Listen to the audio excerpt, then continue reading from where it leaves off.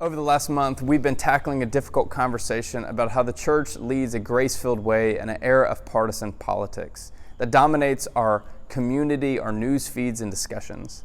We've not endorsed certain political candidates, insinuated who you should vote for, nor discussed partisan issues. Instead, we've examined Jesus' call for his followers to move past toting party lines and blindly giving loyalty to political figures, to give way to living out a way of peace, justice, mercy, kindness, civility, homogeny, and love no matter the cost. The election cycle has come and gone. Your candidate is either won or lost. But what we see in last week's results does not change the simple and unwavering fact that Jesus remains king. Did you know that elections come and go? Jesus remains king. Whoever becomes the president, Jesus remains king. Whoever is elected into the House or the Senate, Jesus remains king. Whoever is elected governor of the state of Louisiana, Jesus remains king. Whoever is appointed mayor of Baton Rouge, Jesus remains king.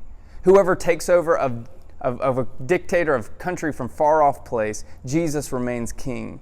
Whichever country has the leading economy in the world, Jesus remains king.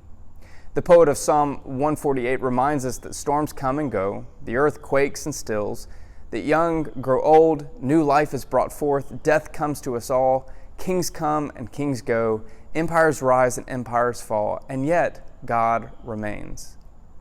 But what we do with this truth, that Jesus remains king, is up to us.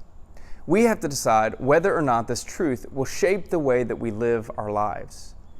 Will we choose to live in a way of humility and justice like Jesus, or political divisiveness, a way of egocentric fear-mongering and control?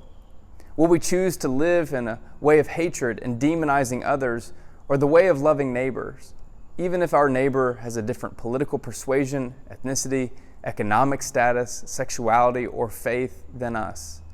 The truth that Jesus is king can transform and inform how we live our lives moving forward in this atmosphere of vitriol, anger, and resentment. Jesus is king. Now let us go live our lives loved, transformed, and empowered by this truth to be a part of renewing God's world.